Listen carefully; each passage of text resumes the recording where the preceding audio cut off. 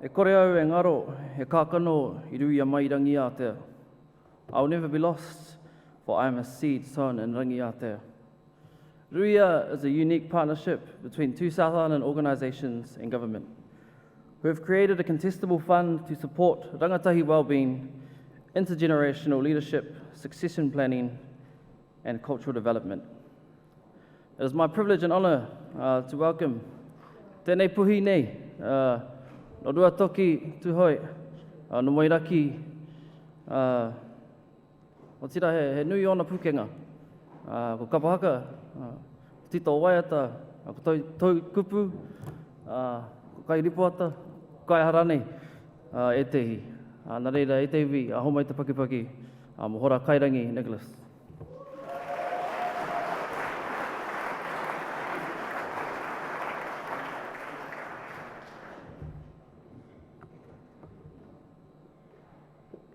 Just check you all there. All right, all good.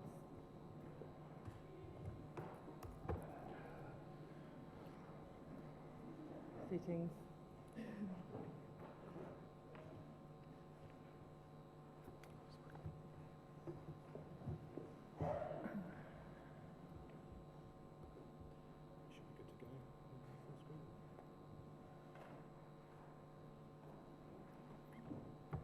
Full screen.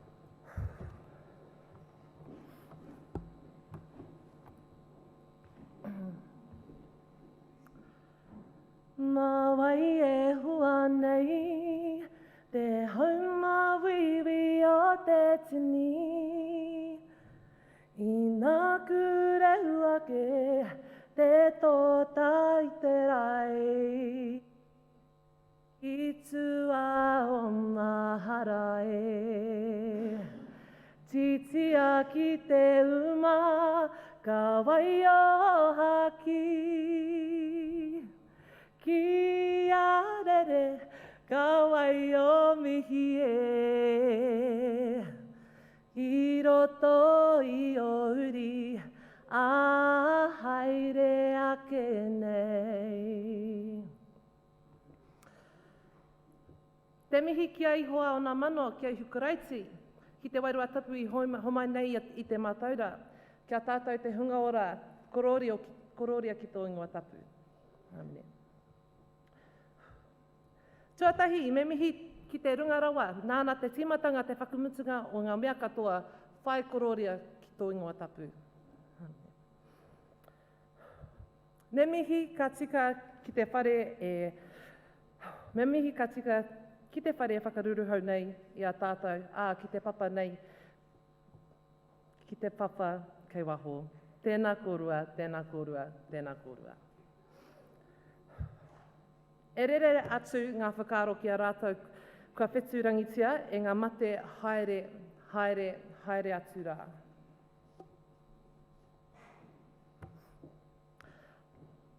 Hoki mai rā ki ngā kanohi ora tēnā tātou, me mihi ki te haukainga. Kia koutou te mana whenua, o tākau, nei te mihi, tēnā tātou katoa. Ko ai tēnei kōtiro. He mihi tuatahi ki ngā tamiriki o te kohu. Tūhoi, maumau kai, maumau taonga, maumau tangata ki te pōe. He aitana hau no te tāoro ruatoki, ko maunga pōhatu te maunga, ko ohene matarua te awa, ko mātātua te waka. Ko waikirikiri te marae, ko hāmua te hapu, ko Tiaki Waiti Ingoa tōku whānau, ko Anthony Nicholas tōku pāpā, ko Hina Raua ko Alan Nicholas o kaumātua. E rere ana te mihi ki takutaha ngaitahu. He mahi kai hoanga, he mahi kai tangata. Ko te kohurau te maunga, ko waitaki te awa, ko uru au te waka, ko arai te uru te waka tipua, ko uinuku te whare, ko moiraki te marae, ko Ngāti Hāteata te hapu, ko Tipa te Ingoa tōku whānau, ko Maria Mako Whare Mahihi tōku māma, ko Joseph Raua, ko Judy Tipa o te Rua Tōrangi Tipa o Kukau Mātua. If you can't tell, Oh, look at me, I didn't even push my slides in the whole mihi. Got a bit distracted, didn't I? Sorry, just panicking up here. If you can't tell, I was brought up with a big whānau. My siblings alone made sure to keep me on my toes throughout my entire childhood.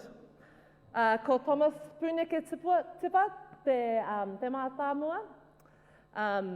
He's the eldest of Mum's 4 children. Mahinarangi, Baba, and Hirapika are my older sisters, sitting with me in that top corner. 3 of us were a bit of a trio growing up, and a little over 10 years later, I was gifted. My dad gifted us with a beautiful stepmother and our 2 younger sisters, Waisi and Hinerangi, over here. But the Nicholas trio, aka the Nikolais, me, Baba, and Hirapika, we all grew up together in the same whare with Mum.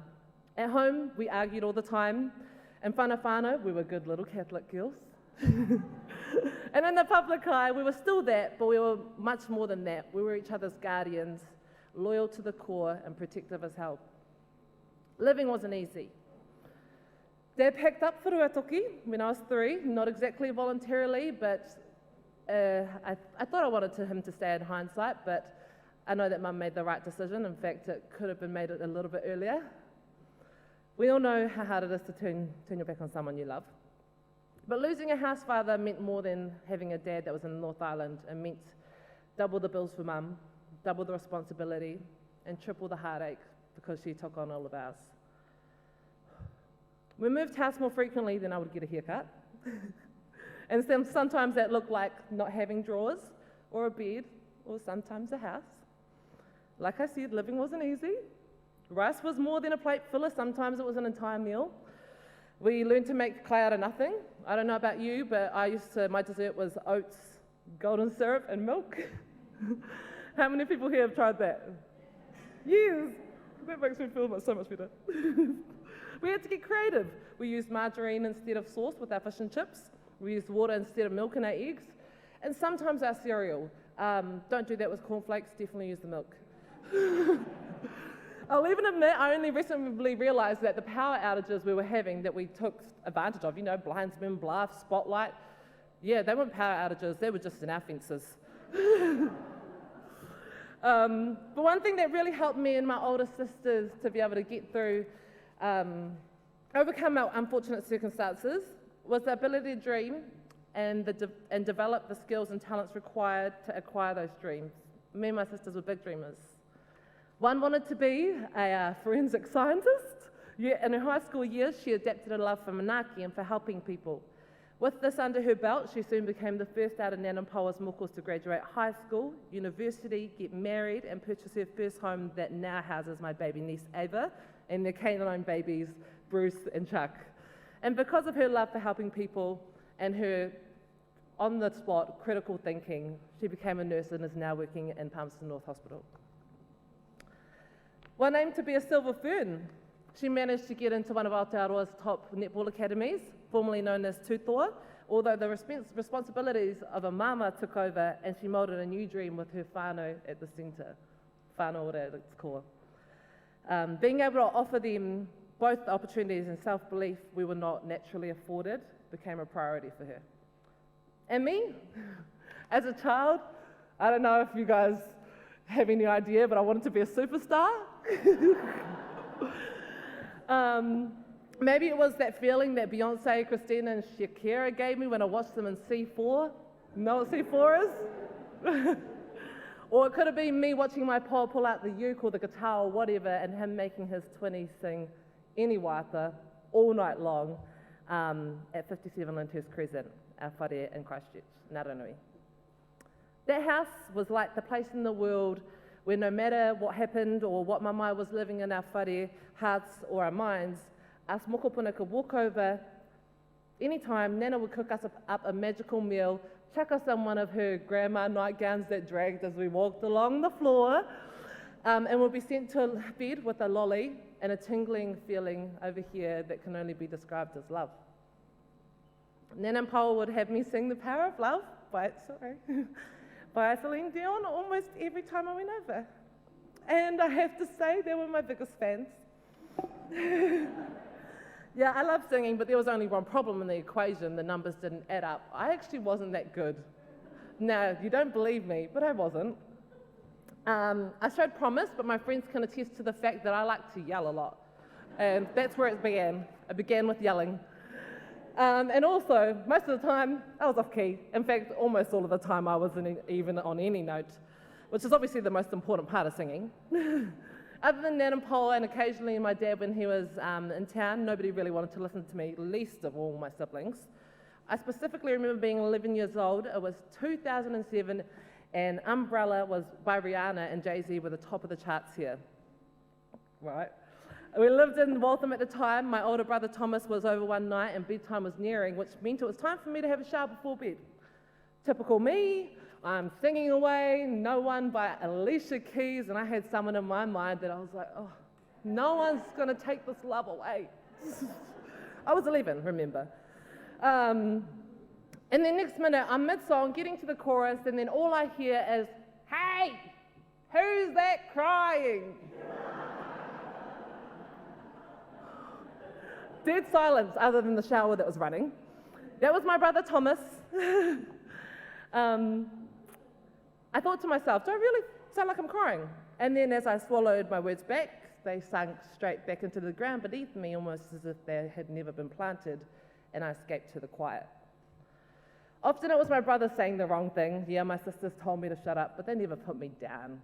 They never really put me down. The next time I was 14, my entire childhood, me and my sisters would go up to Ruatoki, from unaccompanied minors all the way to our teenage years. My stepmum, Hannah, had 4 kids of her own, one who was my stepbrother, the third eldest, 1 year younger than me, although he acted like he was 10 years older. But it only took one comment from him to throw me off. You can't sing, Al. You suck. Hirapika's the singer. I was speechless. What do you say to something like that? How do I defend this thing that I thought was a talent without insulting my system, without insulting myself and my pride? Was he right? My confidence then joined my voice, sinking into the soil beneath me as I escaped into silence. In 2012, I began to try out for a kapa in Papaioia called Te Piringa. Singing alone seemed a little rough, so I thought maybe if I could contribute to a group, I could get away with it. I was absolutely loving the tōpū. Singing with them, honestly, it felt like singing with angels. I made it all the way to the first noho wānanga, and it started off with a bump in the road. I couldn't afford it. It was $20 that I didn't have. And although we shouldn't be ashamed of those things, I was. None of the other kaihaka knew, but I knew. I was lucky that one of our kaiako gave me time to pay that off and let me focus on the bracket. And I knew I needed to focus on it because the motiatia was what I was dreading. In our session, dedicated specifically to the motiatia, they decided that they wanted to do things a little bit differently than our normal practices. So what happened is there were about 50 to 60 of us. We all stood up in a group, began the motiatia, and then one by one, people started to get sat down. And then the kapa shrunk as the audience grew. I was wondering what was going on, and if anyone knows Te Piringa, then you know that they're renowned for their singing, for their harmonies, for the balance in their vocals, as well as the vibrato. I clicked. Everyone that was sitting down had vibrato on lock. It was the difference between Ae uira ki te popo o te whare, kaore te ki mai te waha. That was me. Which is, it's not terrible, but it wasn't them, and it wasn't, it left me being one of 2 out of those 50 standing up there by myself while the rest of them were sitting watching. Doubt crept back in as my hopes sank all too easily to my feet, and I shrank into my best friend's side and back into silence. I dropped out the next week, and they placed second in nationals. That sucked. That same year, the X Factor made its way to New Zealand screens. I had to get on the show. I had to, it was my last chance. So I walked into the dining room, went up to my mum at the computer and said, "Mum, I want to be a singer. Can I audition for X Factor?" And I saw a little look of maybe a bit of pity on her face. And she said, "Oh, my baby, singing doesn't make you any money." Wow, who's heard that one before? I had plenty of responses rolling around in my head. You're wrong. All famous people make money, obviously. I don't care about the money anyway. I just want to be famous. I was a bit confused. All these responses were dancing on the tip of my tongue, ready to escape, but they didn't, and I instead became a prisoner to the silence. I was at a loss. I hardened my heart a little bit after that. I became cold towards the rough sound that escaped when my lips parted, and yes, maybe I fell out of love with my own voice. But as per usual, there was a silver lining. When I moved back to Christchurch in 2013, just ahead of my 18th birthday, I was lucky to score myself a position in a corporate company. I started off in a contact centre of 40 plus, and within a year I quickly became the token Māori. "Oh, you've got a question about te reo Māori? Just ask Hora." "Oh, you need to teach someone to teach waiata?" Hora can do it. This went on for a while, but although I knew more than my counterparts, my experiences in ahureo Māori were limited to tikanga on the marae duties and that short stint in te piringa. I wasn't really helping them. It wasn't until a couple of years into my role that a mate made a comment. And I don't remember the exact context of the conversation, but I remember the words clear as day. Do I? Yeah, because all you Māoris are on wins, eh? I'm sure some of you have heard that before. That's not even the worst part, though. The worst part was my response. I laughed, and I genuinely thought he made a funny joke. I took that conversation home to my sister, Baba, who I'd moved in with in Facebook. I told the story with a grin on my face, like it was a story worth telling, like maybe she'd get a laugh out of it too, but as you can all imagine, Baba was not happy with the story, and her daughter baby sister had just brought home. "You think that's funny, bro?" Because it's not, and your friend is a beep, use your imagination. Just like many of us here, we have or know plenty of whānau who have received funds from WINS to allow them to simply live. In the following weeks, that conversation stuck with me, and I started to unravel the privilege I'd begun to develop over those years. I had forgotten where I came from. I guess my ignorance at the time didn't even consider the fact that this was a place that had clothed and fed and sheltered me in the past as well. And in realizing this, I began to unpack those thoughts. I took myself back in time. I had to start getting real with myself, because that girl that laughed at the joke was not the girl that I'm meant to be, or that I was meant to be at that time. A couple of months later, Baba moved, so I moved in with my brother. And it's quite interesting how the universe sends you messages in the funniest way. I moved to Pages Road, back in Christchurch. First time I lived on the east side of Christchurch in 10 years. And it showed. I was re-exposed to many different types of hara or ham.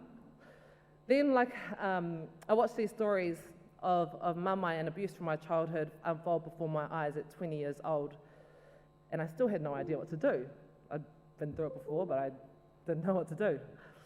Then, like an angel sent from above, and haka found its way to our couch in the form of my older cousins, Legion and Terina.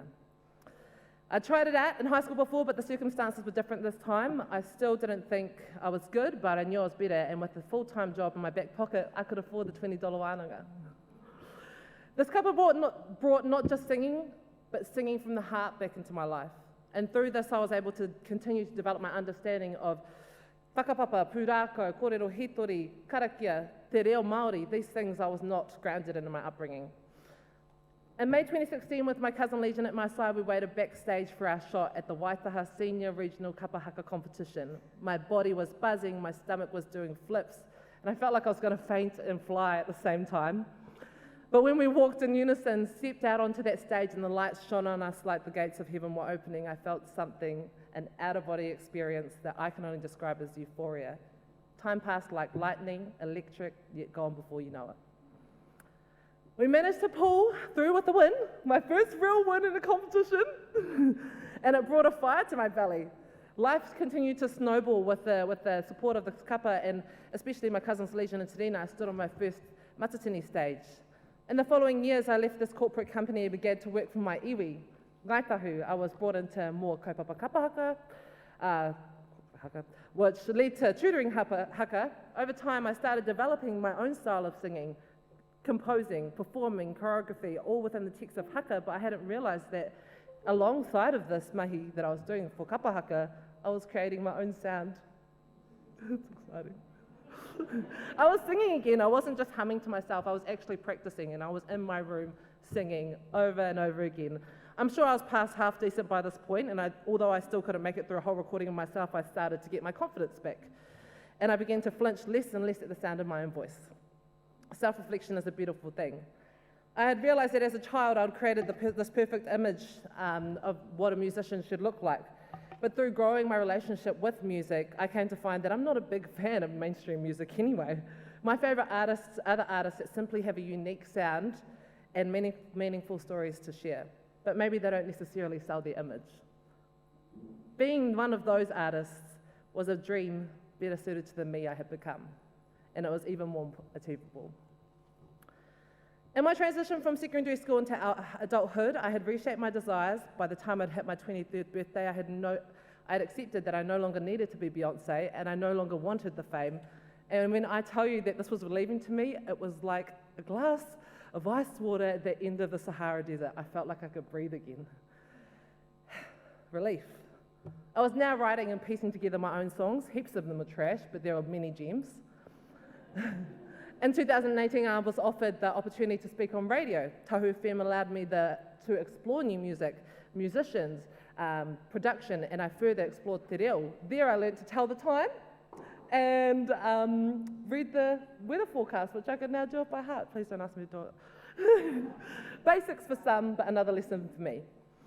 Opportunity upon opportunity began rolling through. I went home to Moiraki for the first time in 10 years and reconnected with our whenua and whānau thanks to Manawa Hou. In 2019, with the support of Te Whānau Kimihia, we took a kapa to a regional competition. That year, I was also invited to take as a tuakana to take a group of rangatahi to TEDx Christchurch through Ka Hao Te Rangatahi, an initiative run through Tuahiwi Education and Te Ora Hau o Tautahi, both whānau who went on to become Rui initiatives. One of the keynote speakers was Ray Mackison, a young gay man of colour recognised as an activist who had risen to the forefront of millennial activism in the States. I was so inspired by his kōrero that I sprinted straight from the town hall to the front of the line for his book signing. On the Other Side of Freedom, that's what the book was called. And from the chapter named Out of the Quiet, he speaks on the power of creating a space that you can see yourself in. And I'm going to read some of that to you today. In the absence of a space that exists in which you can see yourself, you must create a space that you feel safe in. And you must do it in a way that allows you to show up fully, that allows for all of the behaviours, actions and attitudes that you were quiet about before. And like in the library, when you whisper, other people will hear it and come over. Other people will realise that they can talk too. This was an inspiring reminder that belief in oneself, self-awareness and a little bit of bravery are essential in making any kind of change. My iwi, my whānau, my whenua, our reo, our stories were all changing me because I had begun to believe in myself again. E kore au e ngaro, he kākano I rui a mahirangi ātea. This whakatauki is in line with our ancestral ways of navigation. When the sun was out, we navigated using the sun and the clouds. When the night fell, we navigated using the stars. And when it was pitch black, all we had was our knowledge of where we'd come from. And I think that's important. This whakaaro goes hand in hand with the idea that no matter where you are in the world, if you remember where you've come from, you can find your sense of direction, your sense of identity, and in time you'll realise your true potential. Just a few months after that, I took that bravery a leap further and applied to a role here at the Putahitanga o te Waipounamu. Leaving the lifestyle of a DJ or a disc jockey on air, I knew that I had more to share. I was brought into a team in a new role, coordinating Ruia, but I'm going to tell you the honest truth, I had no idea what that meant. If you asked me back then, I would have spouted a whole lot of information I've researched either before or after the interview. But I can share my journey. I kicked off my time at Mahi a week before my start date, travelling up to Tāmaki to celebrate the Rarangatahi Summit. And right off the bat, I lost my postcard. I left it in Christchurch. My mate, Huata, learnt pretty quickly what working with me looked like. My first week in the office, I dove first into my first facilitation ever for Te Pai Ruia, the panel that was deciding who was going to get funded. Our rangatahi panel, like the independent assessment panel for WAVE, but rangatahi led. I was a little behind on the application process myself, so I'll catch you up. So as we receive your applications, we shortlist them, which is pretty much making sure that everyone is meeting the criteria before we put them in front of Te Pairuia. And I thought I'd just introduce you to our pai as well. We've got a recognisable face on the left at the top, Hikaro, as well as Joanne Bradley and Delane Luke, and Lexi Rubin and Hine Pounamu Apanuba, who have contributed so much to this kaupapa. I want to send you guys my thanks. The best thing about that day for me, though, was having a team that was supportive and at hand. Being surrounded by people who look like me, and what is so special about this panel is that these rangatahi leaders in their communities have full decision power on what they think we should and should not be supporting. So when we say from rangatahi, by rangatahi, for rangatahi, we say it because we encourage it, and we encourage our rangatahi to be self-determining in their communities. However, this cannot happen if rangatahi Māori don't apply to the fund. All it takes is a good idea and a bit of bravery. So today I thought it was important to introduce you to our po. Ngā po o rui are the pillars with which we, sorry, they just moved. Ngā po o rui are the pillars with which we hope to see grow within our hapori through these initiatives and the power of the ripple effect. Potahi is whānau ora, well-being within the context of whānau. The rangatahi of the Ngaitahu Education Ambassadors stepped up into leadership positions through the delivery of their kaupapa this year, starting in October. With the rangatahi ambassadors leading the project, they visited 4 papatipu runanga with the inclusion of kaipoi pā and a noho at Tuahiwi Marae, as well as many kōrero activities and historic site visits. These rangatahi are now in the planning phase of delivering their lesson plans to their kura communities so that they can pay forward the learnings they've gained on these haerenga with the next generation of rangatahi. Whai a te mātauranga, hei oranga mō. Paurua, te ao Māori, o te ao Māori whānui. Through ngā mātā iwi te toihua reo were able to offer Waitaha whānau and rangatahi especially the opportunity to explore their culture and identity through Māori performing arts after the cancellations of the Kura Tuarua Whakataetae, National Whakataetae, as well as the Waitaha Regional Senior Competition, due to COVID of course. Through ngā mātā iwi, kapa were able to showcase Pakeke experience, rangatahi excellence, and challenge the status quo when it comes to haka and te Waipounamu. With stalls, it was a great opportunity to showcase Māori businesses as well in Waitaha, finished off with Kiorahi and Poitarawhiti. Po toru, mana tangata, leadership and self-determination. Te ao marama and Mare Kura Nepia, members of the whānau business Hawaii Kura, developed their leadership skills and were self-determining through the facilitation of kurahuna. Through kurahuna, Tauira attended wānanga designed for rangatahi to connect to ancestral teachings such as patu, to waiwai, kapahaka, and then a little bit of haka fusion and even more. What a beautiful way to share the mātauranga of some of our young hapu leaders in Te Tauihu. Po whā, wānanga, learning, connectivity, participating. Ngā mahuri o Motueka Mai Tawhiti is a rōpū haka that celebrates the skills and talents of their rangatahi, but it's more than just haka. One of their key focuses through noho was to ensure the rangatahi experience the mauri of the places they're singing about, soul to soil. Through their haerenga, they did some kapahaka, learned some kapahaka, did a bit of waka ama, kohi mā taitai, ruku kai moana. They participated in workshops with guest kaiako Pere and Awatea Wihongi, who were practically celebrities here in Aotearoa, and even held a 30th anniversary alcohol-free event at Te Awhina Marae where they performed their bracket, as did singing kapangaho from the rohe and local musicians.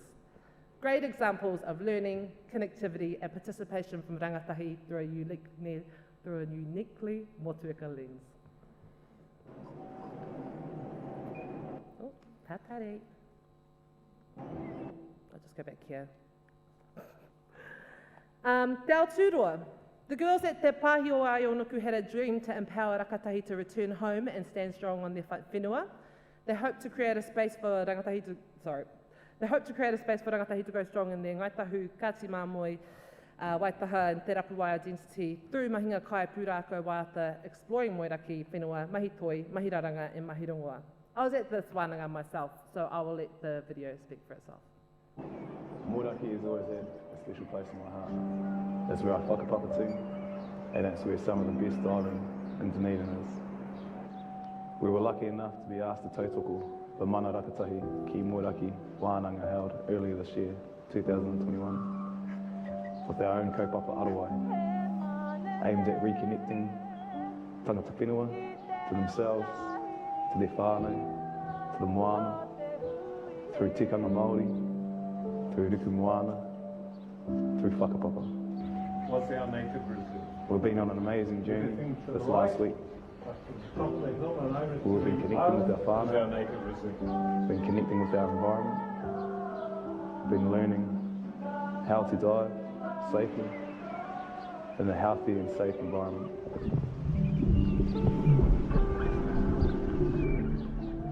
We took our whānau to Kātiki Point, the lighthouse in Moeraki, and for many it was Let's pause nā te mea maybe he tohu. Sorry. We'll just leave that there for now because I've just been told I have 3 minutes because I'm taking too long. Anyway, Ruia has been blessed with many koha. The other two po are Auahatanga, innovation and enterprise, and Te Pūtake, strengthening and capacity and responsiveness. Ruia has been blessed with many koha, but the biggest koha is the privilege of being able to hear the voices of our rangatahi. My story makes it pretty clear that at that time I had no idea how valued my ideas can be, and the insecure girl of me would like to make a special thank you to all 36 of our Ruia entities for starting this journey with us. And not just that, but to everyone that has applied to Ruia for sharing the stories of your rangatahi, hapu and iwi. Today, if you ask me now what Ruia was about, I definitely will not spout out whatever I researched back in November. Working with a team that reminds me every day what it means to be a champion to champion the Pau whānau ora, this has helped me to learn a few things. Ruia is an opportunity for rangatahi Māori to develop their leadership skills, to aspire and innovate, to design the AF1s they want to step into, and to push through the parameters of social-economic status. Because we all deserve a chance to participate in society, to educate ourselves, to create and to become the leaders we wish we had. I want to acknowledge firstly Helen for seeing the potential in me and for continuing to stand by my side to help nurture me grow and growing. To Huata for being my mete, my teammate, and for riding this ride with me. And especially to MYD, Rata Foundation and Te Putahitanga o Te Waipounamu, Ruia wouldn't be here today without you. And also a special mention to Te Runa o Naitahu. He aroha whakatō, he aroha puta mai. It's like the whakatauki of manifestation. If love is sown, then love too shall be received. At the start of my kōrero, I sang the words of a wāta named Mawai Huanei, written so poetically by one Dr. Hannah Regan. A whanaunga, but more than that, a leader in her own right, a wahine toa. I'm going to finish off my kōrero with those kupu, the translation. Who will retell in the future the toils of the multitudes, when the sweat upon the brow has disappeared beyond to the domain of memories? Let us pin to our chest the memories of their last words, so the waters of praise and acknowledgement may flow amongst your descendants from this day forward. Titia ki te uma, ka waia o